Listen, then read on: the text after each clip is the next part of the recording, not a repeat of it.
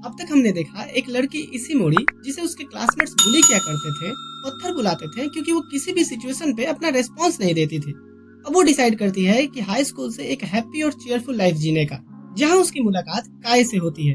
बिल्कुल एक लेमन सोडे जैसा लड़का, फ्रेश और लोगों में अपनी बातों से ताजगी भर देने वाला। वो इसिमोरी को लोगों से सोशलाइज होने और उसका कॉन्फिडेंस बढ़ाने में मदद करता है और इसिमोरी को काय से प्यार होने लगता है। तो वो अपना अब न्यू ड्रीम बनाती है कि उसे अब इतना कॉन्फिडेंट बनना है कि वो काय से एक दिन जाकर कह सके कि वो उससे प्यार करती है। लेकिन जैसे जैसे वो काय के बारे में जानती जाती है, उसे ऐसा लगने लगता है कि मैं तो काय के बारे में कुछ जानते ही नहीं हूँ। और इसी बीच काय की एक्स गर्लफ्रेंड सेरेना उनके स्कूल में ट्रांसफर लेती है। अब इसिमोरी की हैरानी तब और बढ़ जाती है जब वो देखती है कि सेरेना न सिर्फ एक खूबसूरत बल्कि उसके बिहेव भी दूसरों के प्रति काफी अच्छे हैं। वो सोच में पड़ जाती है कि इतनी अच्छी लड़की से काय ने आखिर ब्रेकअप क्यों किया होगा। अब आगे सेरेना अपनी सहेलियों को गुस्से से रेस्टोरेंट से चले जाने को कहती है क्योंकि वो यहाँ इसिमोरी का मजाक उड़ा रही थी। तो अगले दिन स्कूल में उसकी सहेलियां सेरेना को गीला कर उससे बदला लेते हुए कह रही होती हैं कि हम तुम्हें अपने ग्रुप में रखते हैं और हमारी बिल्ली हम ही से मियाओ। सेरेना कहती है कि तुम मुझे अपने ग्रुप में नहीं रखती, बल्कि तुम सब मेरे आगे पीछे रहती हो ताकि मैं जिस लड़के को रिजेक्ट करूँ तुम उन्हें पटा सको। ये सुन एक लड़की उसे थप्पड़ मारने बढ़ती है, पर तभी इसिमोरी बीच में आ जाती है और थप्पड़ सीधे उसके गाल पे लगती है। वो सेरेना से कहती है तुम चिंता मत करो, मुझे इसकी आदत है। फिर वो उन लड़कियों से कहती है हे तुम्हें मुझसे दिक्कत थी ना, तुम मुझसे बात करो। तभी काय यहाँ आता है और इसिमोरी के साइड खड़ा होते हुए उन लड़कियों से कहता है इसिमोरी ने सभी के सामने तुम्हारी औकात दिखा दी ना, तो अब चुपचाप चली जाओ यहाँ से। तभी कुछ लड़के आते हैं और अपनी अपनी वाली को साथ लेकर चले जाते हैं। इधर काय सेरेना पर अपनी जैकेट डालते हुए कहता है आगे से ऐसे किसी सिचुएशन में मुझे बुला लिया करना। सेरेना जैकेट को पकड़ खड़ी समझ नहीं पा रही थी कि उसे कैसे रिएक्ट करना चाहिए। वो काय के पीछे पीछे कुछ सवाल करते चल पड़ती है और इसिमोरी के दिमाग में गाल पर खाए दर्द भरे थप्पड़ के साथ साथ और भी कई तरह के दर्द भरे सवाल उठ रहे होते हैं। वो सोचती है कि सेरेना को ही काय के साइड होना चाहिए। सीन शिफ्ट होता है अगले दिन, जहाँ इसिमोरी, आयुमी और काय सभी को स्टूडेंट्स को ग्रीट करने के लिए स्कूल के बाहर खड़ा किया गया था। यहाँ इसिमोरी नोटिस करती है सेरेना को, जो अपनी उन्हीं सहेलियों के साथ थी जो उससे कल झगड़ा कर रही थी। लेकिन यहाँ वो सभी काफी अच्छे से बात कर रहे होते हैं। अंदर जाने से पहले वो लड़कियां इसिमोरी से माफी मांगती हैं उस रेस्टोरेंट वाले दिन के लिए। इसिमोरी को कुछ समझ नहीं आ रहा था और उसे ऐसे खोए हुए देखकर सेरेना उसके पास आकर कहती है हाँ वो ऐसी ही है, थोड़ी नकचड़ी है पर इतनी भी बुरी नहीं है। मुझे खुशी है कि उन्होंने तुमसे भी माफी मांग ली। फिर सेरेना काय के पास जाके कहती है मैं तुम्हारी हुडी कल वापस कर दूंगी। उन्हें ऐसे कैजुअली बात करते देख इसिमोरी सोचती है ऐसा लग नहीं रहा कि दोनों के बीच कभी ऑकवर्डनेस थी भी। सीन शिफ्ट होता है क्लास में, जहाँ पर यूडू इसिमोरी से कहती है कि तुम पे पोनी टेल अच्छा लगेगा। इससे पहले इसिमोरी कुछ कहती वो उसकी चोटी बना देती है। इसिमोरी को सभी कभी ऐसे देखे नहीं थे तो वो उसकी तारीफ करने लगते हैं और इसिमोरी भी खुद को देख सोचती है कि लास्ट टाइम उसने कब अपना हेयर स्टाइल चेंज किया था। तभी वो सुनती है काय की बात को, जो कह रहा होता है तुम्हारा फ्रेंड सर्कल अब तो बड़ा होता जा रहा है, लगता है तुम्हें अब मेरी जरूरत नहीं पड़ने वाली। जो सुन इसिमोरी सोचती है कि क्या इसके कहने का ये मतलब था कि अब मेरा पीछा छोड़ दो। क्लास शुरू होने वाला था और टीचर बताते हैं कि जल्दी तुम्हारा टेस्ट होने वाला है। एक बच्चा कहता है सर मैंने तो कुछ नोट्स ही नहीं बनाया। और फिर वो क्लास में गिड़गिड़ाते हुए सबकी तरफ देखते हुए कहने लगता है कोई मुझे नोट्स दे दो, कोई तो दे दो। और सभी हंसने लगते हैं।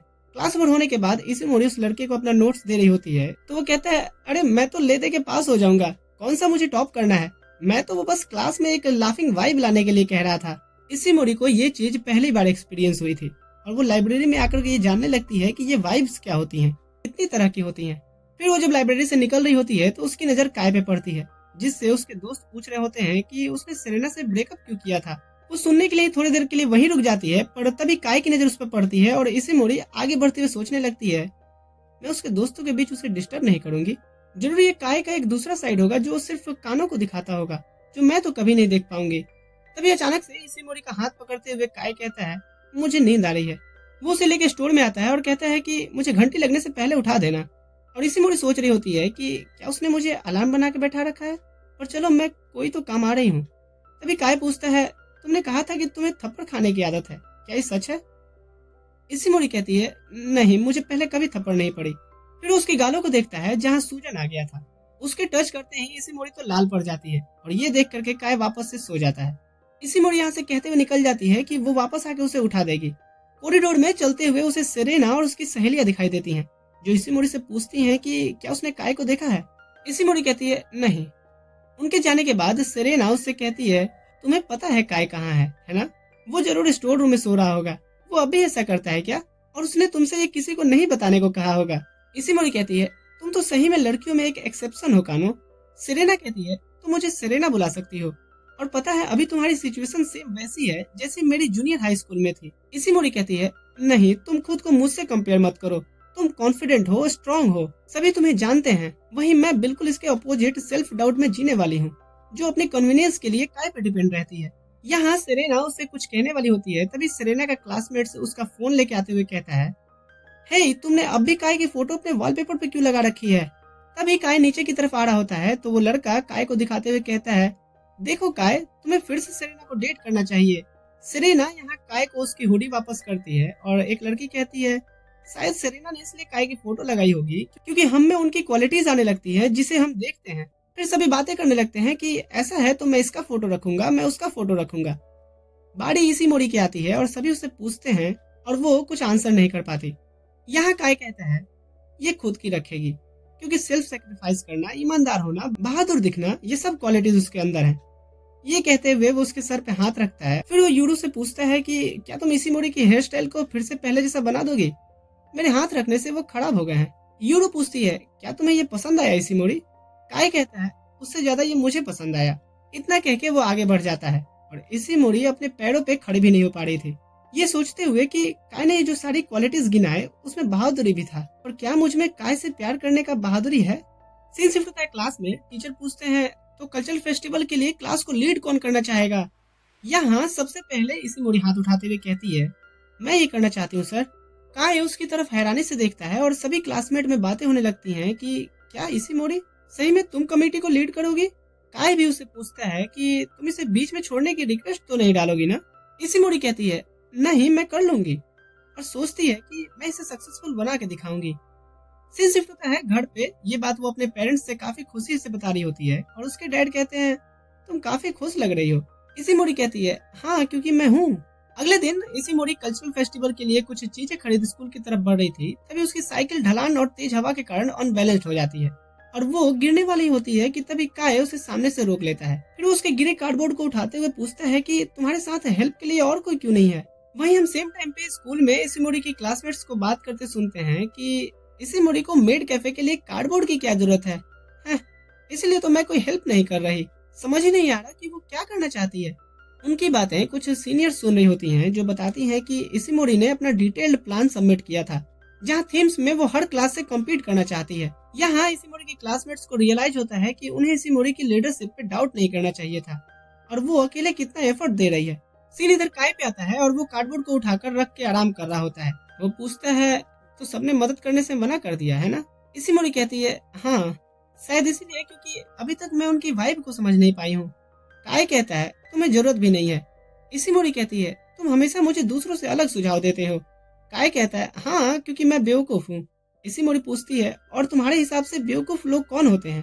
काय कहता है, वही जो रूल्स नहीं मानते। इसी मोड़ी पूछती है, और रूल्स कौन बनाते हैं? काय कहता है, बड़े बुजुर्ग लोग। इसी मोड़ी कहती है कि अगर मुझे रूल्स और तुम में से किसी को फॉलो करना पड़ेगा तो मैं तुम्हें फॉलो करूंगी। काय कहता है, क्यों, मैं भगवान हूँ क्या? मैं बस एक बिगड़ैल लड़का हूँ और कुछ नहीं। इसी मोड़ी कहती है, क्योंकि तुमने मुझे वो रास्ता दिखाया जो मुझे मेरे पेरेंट्स या टीचर ने अब तक नहीं दिखाया था।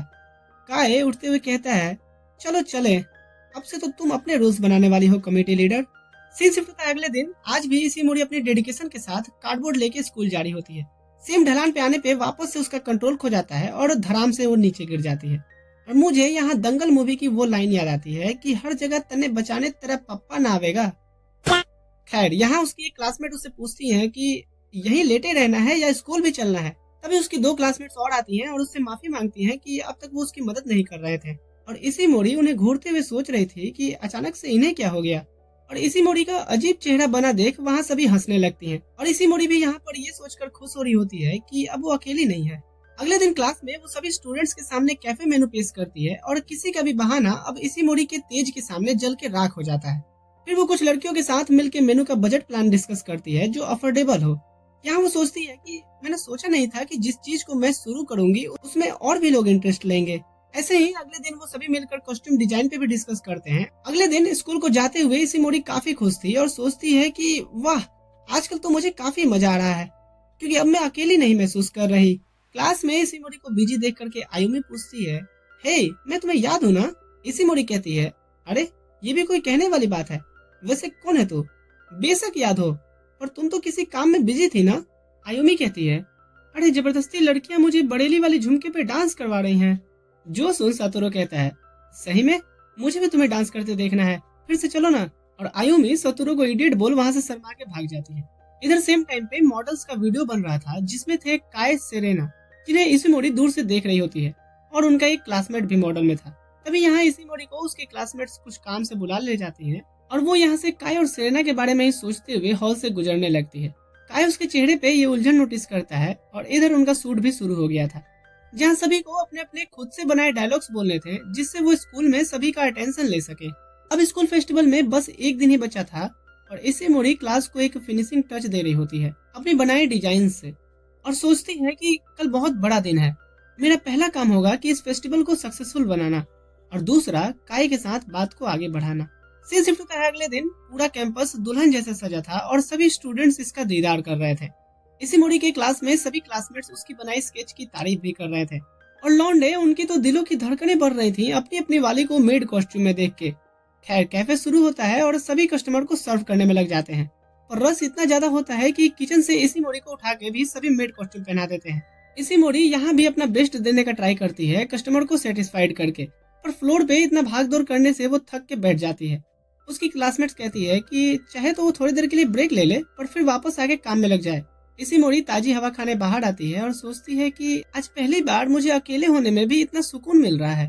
तभी कुछ स्टूडेंट्स भागते हुए स्क्रीन की तरफ बढ़ते हैं, जहाँ मॉडल्स का डायलॉग टेलीकास्ट होना था।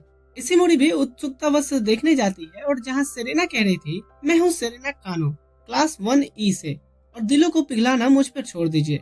फिर काय अपीयर होता है और कहता है कि मैं हूँ काय मिउरा, क्लास 1B से, और इसिमोरी को मुझ पे छोड़ दीजिए। जो सुन इसिमोरी के साथ सभी शौक रह जाते हैं। इसिमोरी सोचती है कि उसके कहने का क्या मतलब था, और जो भी था मुझे काफी अच्छा लगा। कुछ देर बाद ही कुछ लड़कियां उससे मिलने आते हुए कहती हैं, हे, काय ने ये बात तुम्हारा केयर टेकर होने के नाते कहा है ना? यानी अगर एक बार तुम कॉन्फिडेंट हो गई तो वो फिर तुम्हें छोड़ देगा? इसिमोरी कोई आंसर नहीं करती, तो वो उसे बोदर करने के लिए माफी मांगती हैं और चली जाती हैं। उसी स्टोर रूम में आकर के इसिमोरी उन लड़कियों की बातों को याद करके सोच रही होती है, काय उसके साथ एक सेंस ऑफ रिस्पॉन्सिबिलिटी की तरह है, जो कि जाहिर सी बात है कि एक समय तक ही रहेगा। तभी काय उसे ढूंढता हुआ आता है, और उसे ऐसे देख कर चेक करता है कि तबीयत तो ठीक है ना इसका। इसिमोरी कहती है, मैंने तुम्हारा मॉडल वाला डायलॉग सुना। काय कहता है, हाँ, तो अब मैं यूनिवर्सली इसिमोरी का केयर टेकर बन गया हूँ। इसिमोरी यहाँ से कहते हुए जाने को बढ़ती है कि ठीक है, तो मैं भी आज से हर दिन तुमसे बात करना शुरू करूंगी। बाहर से काय को लड़कियों की आवाज सुनाई देती है कि तो काय इसिमोरी में रोमांटिकली इंटरेस्टेड नहीं है। हाँ, वो उसके टाइप की भी नहीं है। तभी अचानक से काय इसिमोरी का हाथ पकड़ बाहर निकलता है, जो देख सभी हैरान रह जाते हैं कि काय को फर्क नहीं पड़ता कि लोग उसे इसिमोरी के साथ देखें। कुछ देर बाद ताकामी ने काय से मिलकर पूछता है, तो क्या तुम उसे हमेशा प्रोटेक्ट करने वाले हो? इस बारे में सोचना जरा। इधर आयुमी अपने ग्रुप के साथ अपना डांस परफॉर्मेंस दे रही होती है, जो देख सातोरू तो खुशी से पागल हुए जा रहा था और उसे जोर जोर से चिल्ला के चीयर कर रहा था। वहीं सेरेना इंचार्ज से बहस कर रही थी कि उसे अपना ये टास्क नहीं करना, तो वो लड़का उसे अपने जगह किसी और से ये करवाने को बोलता है। टेंशन को बढ़ता देख इसिमोरी यहाँ आती है और कहती है कि उसे ये काम करने में खुशी मिलेगी। अब इंटरव्यू टाइम आता है, और इंटरव्यूअर कपिल शर्मा की तरह कुछ ज्यादा ही फ्रैंक हो रहा था, जिसमें इसिमोरी कंफर्टेबल नहीं फील कर रही थी। काय उसके सेंसेस को भांप लेता है और इंटरव्यूअर के आंखों को उससे दूर रखता है। इसिमोरी कहती है कि काय, मैं ठीक हूँ, हर बार तुम्हें मेरी मदद के लिए आने की जरूरत नहीं है। पर इसिमोरी यहाँ ठीक बिल्कुल नहीं थी। काय कहता है कि उसने वादा किया है कि वो हर जगह हर समय उसकी मदद करेगा, चाहे उसकी मंजूरी हो या नहीं हो। ये लाइन सभी लोगों को हैरान कर देती है। दिन खत्म होने वाला था, और ताकामी ने एक बार फिर से काय से पूछता है, तो तुमने कहा था कि तुम इसिमोरी में रोमांटिकली इंटरेस्टेड नहीं हो, है ना? काय कहता है, ठीक है, मैं इन बातों से तंग आ गया हूँ, तो सुनो, मैं अपनी कही बात वापस लेता हूँ। सीन शिफ्ट होता है अगले दिन। स्टूडेंट्स के साथ साथ क्लास टीचर भी हैरान थे कि उनकी क्लास को भी इस फेस्टिवल में एक अवार्ड मिला है। इसिमोरी को उसकी क्लासमेट्स कहती हैं, ये सब तुम्हारे वजह से हो पाया इसिमोरी। इसिमोरी कहती है, मैंने ऐसा क्या खास कर दिया? टीचर कहते हैं, तुम सबने खूब अच्छा काम किया बच्चों, खास करके इसिमोरी। तो मेरी तरफ से सभी को पार्टी और सैलरी आने पे। स्कूल ओवर होने के बाद सभी करियोके जाके एंजॉय करने का डिसाइड करते हैं। तभी सभी को ध्यान आता है कि इसिमोरी को तो 5 बजे से पहले घर पहुंचना होता है। इसिमोरी यहाँ कहती है, कोई बात नहीं, तुम लोग जाओ और मजे करो, फिर वो अकेले घर को निकल जाते हुए सोच रही थी कि मेरे लिए इतनी खुशी ही बहुत है। तभी पीछे से उसे काय रोकते हुए कहता है, मुझे उन भेड़ बकरियों के बीच में नहीं जाना। चलो क्यों ना हम गेमिंग आर्केड चले, अभी तुम्हारे पास टाइम भी है। इसी कहती है, मैं भी वहाँ हमेशा से जाना चाहती थी, पर अकेले जाने की हिम्मत ही नहीं हुई। जो सुन काय हंसते हुए कहता है, तुम्हारे जवाब हमेशा मुझे हैरान कर देते हैं। यहाँ इसी सोचती है, भले ही मैं ये गलत सोच रही हूँ, पर काय का बिहेव मेरे लिए सॉफ्ट होता जा रहा है। सीन शिफ्ट होता है अगले दिन स्कूल में, जहाँ सेरेना सुनती है कि कुछ स्टूडेंट्स बात कर रहे हैं उसके और काय के बारे में, कि दोनों अब भी छुप छुप के एक दूसरे को डेट करते होंगे। सेरेना यहाँ क्लियर करती है कि वो अब रिलेशनशिप में नहीं है और ऐसे फालतू अफवाहें ना फैलाए। यहाँ उसकी फ्रेंड हंसते हुए कहती है, तो वो करती क्यों नहीं काय को डेट। सेरेना आंसर करती है, उससे पहले कुछ सीनियर लड़कियां यहाँ आती हैं और सेरेना को साथ चलने बोलती हैं। स्कूल के बाहर ला वो उसे धमकी देती हैं कि जो लड़का उसे क्यूट बोला है ना, वो हमारे क्लास की एक लड़की को डेट करता है, तो उससे फेमिलियर होने की गलती ना करे। सेरेना कहती है, तुम किसी की फीलिंग्स को तो कंट्रोल नहीं कर सकती ना, और रही बात मेरी, तो मैं यहाँ किसी भी लड़के को पसंद नहीं करती। एक लड़की उसका कॉलर पकड़ कहती है, तुम्हें क्या लग रहा है कि ये एक जोक है, उनका ब्रेकअप भी हो सकता है इस वजह से। तभी यहाँ इसी काय और बाकी सब सेरेना को ढूंढते हुए पहुंच जाते हैं, जिससे वो लड़कियां सेरेना को सिर्फ धमकी देकर के चली जाती हैं। काय यहाँ उनके पीछे जाने बढ़ता है, तो सेरेना कहती है कि इसकी जरूरत नहीं है। काय कहता है, नहीं मुझे पता है, तुम इस वजह से ठीक नहीं रहोगी, मैं जाके उन दोनों से बात करूंगा जिन्हें गलत फहमी हुई है। यहाँ इसी सेरेना से पूछती है, क्या वो ठीक है, और इन सभी सिचुएशन पे काय का ऐसा रिएक्शन उसे हैरान कर रहा था। सेरेना कहती है, दरअसल काय को अभी शायद मिडिल स्कूल की कुछ बातें याद आ गई होंगी। यहाँ सेरेना अपनी स्टोरी बताती है कि कैसे वो मिडिल स्कूल में एक पॉपुलर लड़की हुआ करती थी। एक दिन उसने कुछ लड़कियों से एक लड़की को बुली होने पे बचाया, जिसके बाद से वो सीनियर लड़कियां सेरेना के क्लासरूम में आके उसकी नोटबुक को फाड़ देती हैं और उसे बहुत कुछ सुना के चली जाती हैं। इस इंसिडेंट के बाद से अब कोई भी सेरेना के साथ नहीं होता था कि कहीं उन्हें भी सीनियर्स का टारगेट न बनना पड़े। ऐसे ही एक दिन टीचर सभी क्लासरूम को दो दो का पेयर बना के आंसर खुद से मिलाने बोलते हैं और सेरेना के साथ कोई पेयर नहीं बनाता। यहाँ काय उसके पास आता है, जिसे वो जानती भी नहीं थी। उसे खुशी थी कि ऐसी सिचुएशन में कोई तो उसके साथ है। काय के साथ होते हुए वो ये भी चाहती थी कि उसके रिलेशन फिर से सभी के साथ पहले जैसे हो जाएं, और उसकी कोशिश बेकार हो जाती। ऐसे ही हॉलीडे के टाइम पे सभी क्लासमेट्स घूमने का प्लान बनाते हैं, जिसमें उन्होंने सेरेना को चलने को भी नहीं पूछा। काय भी यहाँ उन्हें ये कह के मना कर देता है कि ये मेरे कंफर्ट जोन से बाहर की चीजें हैं। रूफ टॉप पे जब सेरेना उससे नहीं जाने का रीजन पूछती है, तो काय आंसर करता है कि वो उसे अकेला नहीं छोड़ सकता था और उसे किस कर लेता है। यहाँ सेरेना सोचती है कि भले ही उसे पूरी दुनिया ही रिजेक्ट क्यों न करे, अगर काय उसकी तरफ है तो सब ठीक है। और जिस दिन काय स्कूल नहीं आता, सेरेना बिल्कुल डरी सहमे रहने लगी। यहाँ तक कि वो जिस दिन लेट भी होता था, उसे ऐसा लगने लगता था कि पूरी क्लास उसके खिलाफ साजिश रच रही है। वो काय पे पूरी तरह से डिपेंडेंट हो गई थी और इसी चीज से बाहर निकलने के लिए उसने काय से ब्रेकअप कर लिया था। सीन प्रेजेंट में आता है और उसकी स्टोरी सुन इसी पूछती है, तो तुम अब भी काय से प्यार करती हो? सेरेना कहती है, नहीं, और उसके एक्सप्रेशन तो कुछ और ही कह रहे थे। इसी कहती है, झूठ तो तुम बहुत ही बेकार बोलती हो। तभी यहाँ टीचर आते हैं और सेरेना से पूछते हैं, तुम ठीक तो हो ना, आगे से हम तुम्हारा ध्यान रखेंगे। यहाँ इसी कहती है, थैंक गॉड, अब तुम्हें चिंता नहीं करना चाहिए सेरेना, अब तो काय के साथ साथ टीचर भी तुम्हारे साथ हैं। यहाँ सेरेना कहती है, तुम ऐसा मत सोचो, मुझे पता है कि तुम काय को पसंद करती हो, मैं अब उसकी गर्लफ्रेंड नहीं हूँ, मैं उसकी पास्ट थी, तुम प्रेजेंट हो। यहाँ इसी कहती है, हाँ मैं उसे पसंद करती हूँ, पर मैं उसे रेस्पेक्ट और एडमायर करती हूँ। वो भले ही मेरे लिए खास इंसान है, पर ये कोई रोमांटिक लव नहीं है। और क्लासरूम की तरफ वो बढ़ते हुए सोच रही थी कि सेरेना आज भी काय से प्यार करती है और काय भी उसके लिए फील करता है, यानी इसका मतलब कि मैं उनके बीच में आ रही हूँ। इधर क्लास में सभी समर ब्रेक शुरू होने पे एक्साइटेड थे और साथ में समर फेस्टिवल घूमने का प्लान करते हैं, पर इसी काय से हॉलीडे के बाद मिलने को बोल करके घर को निकल जाती है। एक दिन घर की बालकनी में इसी आसमान को घूरते हुए खुद को गिल्टी मान रही थी कि उसके काय के साथ दिखने पे सेरेना को कितना हर्ट होता होगा। तभी वो रोड से लोगों को समर फेस्टिवल में जाते हुए देखती है और काय और सेरेना को भी साथ में जाते हुए इमेजिन करने लगती है। तभी आयुमी उससे मिलने आती है और उसे भी फेस्टिवल में चलने को कहती है। जैसे ही दोनों निकलते हैं, पीछे से काय इन्हें जाते हुए देखता है, जो शायद इसी को इनवाइट करने ही आया था। इधर फेस्टिवल में दोनों खूब मजे करने का डिसाइड करते हैं। तभी इसी पूछती है, हे सातोरू का क्या हुआ? आयुमी कहती है, ना, मैंने उसे इनवाइट नहीं किया, आज कोई इश्कबाजी नहीं होगी, सिर्फ मैं तुम्हें अपना टाइम देना चाहती हूँ। इसी खुश होती है कि उसके साथ एक ऐसी दोस्त भी है। आयुमी कुछ खरीदने चली जाती है और यहाँ इसी को सेरेना अपने दोस्तों के साथ दिखाई पड़ती है, जो उससे पूछती है कि काय कहाँ है? सेरेना इस पर आंसर करती है, वो इशिमोरी के साथ जाने वाला है। जो सुन इशिमोरी मानो शॉक हो जाती है। तभी यहाँ आयुमी कॉटन कैंडी लेके आती है और उसे ढूंढता ढूंढता उसका आशिक भी पहुंच जाता है। आयुमी इशिमोरी को थोड़ा देर वेट करने बोलती है और इशिमोरी खुद अकेले ही घूमने लगती है, ये सोचते हुए कि यहाँ सभी कोई अपने किसी न किसी खास इंसान के साथ है। मैं उन्हें देख के ही खुश हो जाती हूँ, ऐसे मैं किसी को तकलीफ भी नहीं दूंगी। तभी उसे काय की आवाज सुनाई देती है और जैसे ही वो देखती है कि वो उसे ही ढूंढ रहा है तो वो रोते हुए भागने लगती है। काय उसका पीछा करता है और उसे रोते हुए देख पूछता है कि तुम तो रो क्यों रही हो? इशिमोरी कहती है, ये तो खुशी के आंसू हैं। काय उसका हाथ पकड़ साथ में घूमने को बोलता है पर इशिमोरी कहती है कि मेरा हाथ छोड़ दो। काय कहता है, क्या तुम नहीं चाहती कि मैं तुम्हारा हाथ पकड़ के चलूं?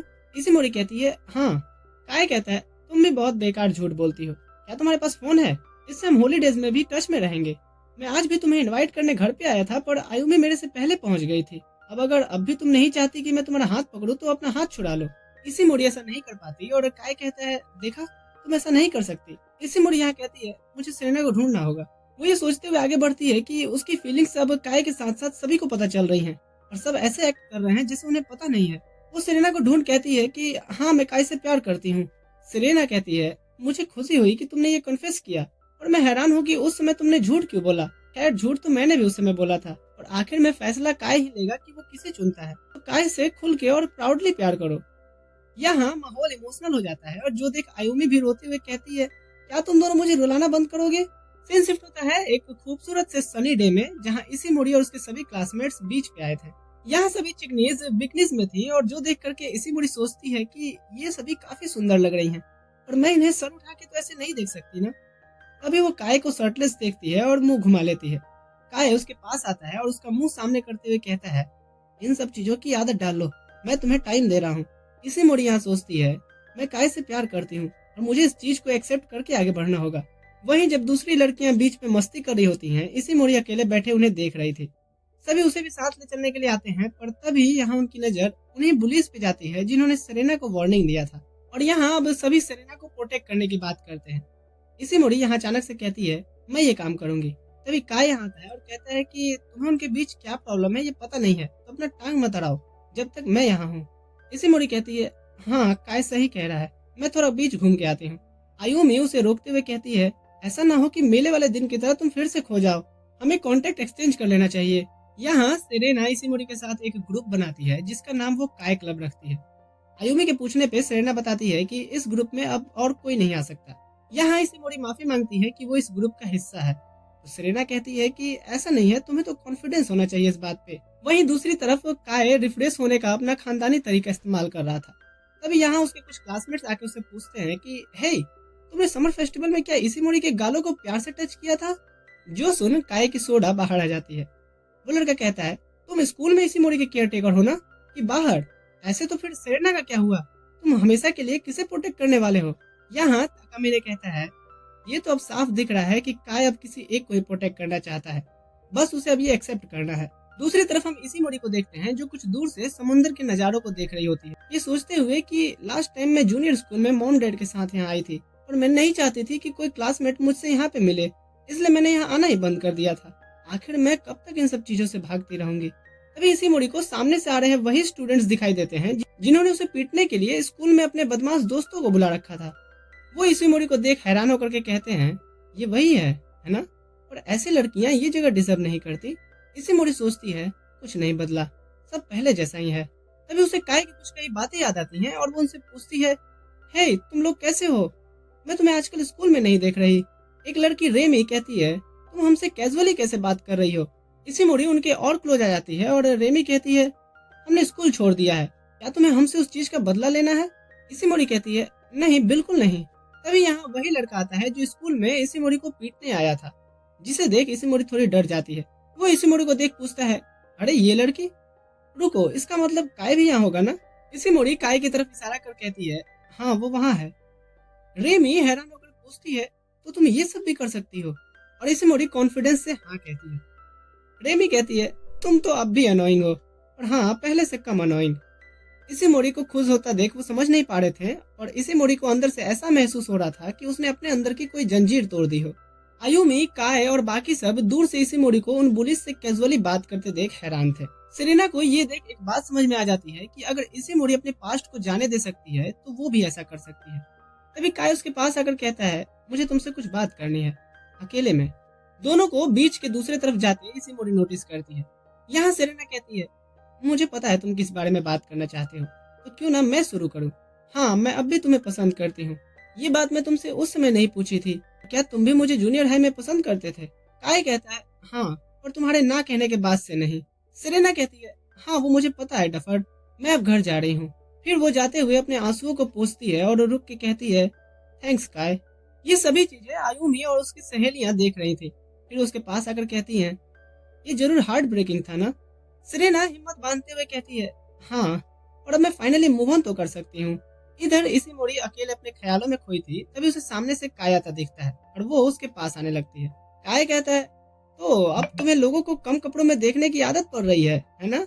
इसी मोड़ी कुछ कहती उससे पहले उसके क्लासमेट्स आकर काय से कहते हैं, हे, तुमने सेरेना कानो को रिजेक्ट क्यों किया? इसी मोड़ी भी यहाँ पूछती है, हाँ ये तो मैं भी जानना चाहती हूँ। काय कहता है, इससे तुम्हारा कोई लेना देना नहीं है। इसी मोड़ी कहती है, तुम झूठ बोल रहे हो। काय कहता है, हाँ शायद, पर दिल पे जोर तो खुद का भी नहीं चलता। घर को जाते हुए सेरेना इसी मोड़ी को मैसेज करती है चिंता ना करने के लिए, अगर वो उसे वहाँ पे दिखाई ना दे तो। यहाँ सेरेना की फ्रेंड कहती है, तुम्हें काय का बिहेव जूनियर हाई से बदला बदला सा नहीं लगता? सेरेना कहती है, हाँ, और ये अच्छा भी है। तुम्हें पता है जब मैं काय के साथ थी तो मैं कमजोर और डिपेंडेंट होती जा रही थी, वहीं जबकि इसी मोड़ी उसके प्यार में स्ट्रांग और कॉन्फिडेंट बनती जा रही है। यहाँ सेरेना को इसी मोड़ी का लंबा चौड़ा मैसेज आता है जिसमें वो उसके और काय के बीच हुए अभी चीजों के लिए माफी मांगती है और उसे कॉन्फिडेंस भी दिलाती है। उसकी फ्रेंड हैरान होकर पूछती है कि आखिर क्या ये एएनमे टेलर की स्क्रिप्ट राइटर है क्या? इतना लंबा पैराग्राफ कौन लिखता है यार? यहाँ सेरेना उसे रिप्लाई करती है कि मुझे खुशी है कि तुम अब काय क्लब के अकेली मेंबर हो। सीन शिफ्ट होता है अगले दिन। घर पे पढ़ाई करते हुए इसी मोड़ी को आयुमी का मैसेज आता है। दोनों थोड़ी देर बात करते हैं और तभी सेरेना भी इन्हें ज्वाइन करती है। इसी मोड़ी खुश थी कि उसके पास अब अच्छे दोस्त हैं। तभी सेरेना इसी मोड़ी से पूछती है कि क्या उसने काय से नंबर मांगा। इसी मोड़ी सोचती है कि वो ये कैसे करेगी। इन सभी थॉट्स से बाहर आने के लिए वो थोड़ा वॉक पे जाने का डिसाइड करती है। तभी उसके डैड उसे रोकते हुए पूछते हैं कि वो कहाँ जा रही है।